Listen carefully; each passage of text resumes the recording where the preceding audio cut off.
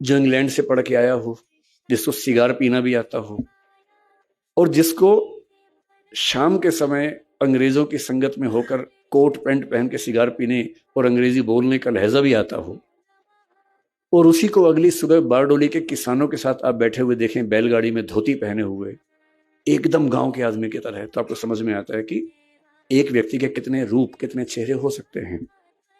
जो सिगरेट पीने का आदी हो किंतु जेल में जाए और जेल का जेलर, अंग्रेज जेलर कहे कि मैं आपके लिए सिगरेट की व्यवस्था कर दूंगा, और वो कहे आपसे सिगरेट लेने से बेहतर है आज के बाद ना ही पीऊं और जिंदगी भर ना पिए उसके बाद। मतलब वो बड़ी बातें तो दुनिया जानती है, लेकिन जो बातें किसी के किरदार को बनाती हैं, असली बातें तो वो हैं। और 1947 में वो घड़ी आती है जो भारत के आज तक के इतिहास का सबसे मुश्किल समय है। 1947 में हम आजाद हुए, वो तो ठीक है आजाद हुए, पर आजाद होना घटना नहीं है, एक प्रक्रिया है, एक प्रोसेस है, लंबा प्रोसेस है जो कई साल चलता है। और वो कई साल यूं ही नहीं निकलते हैं, उसको निकालने के लिए बहुत बहुत लोगों को बहुत कुर्बानियां देनी पड़ती हैं।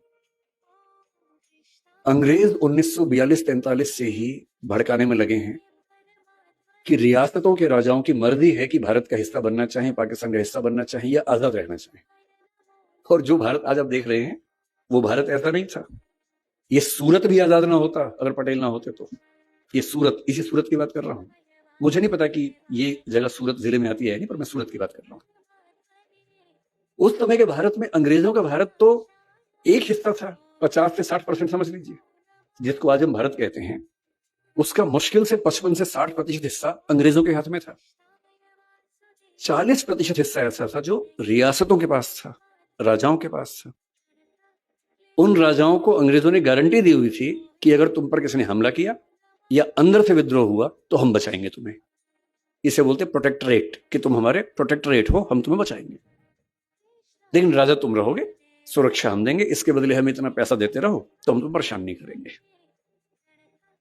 और अब अंग्रेज कह रहे हैं कि हम तो छोड़ देंगे, रियासतों का रियासतें खुद जाने। फिर कुछ इलाके फ्रांस के हाथ में थे,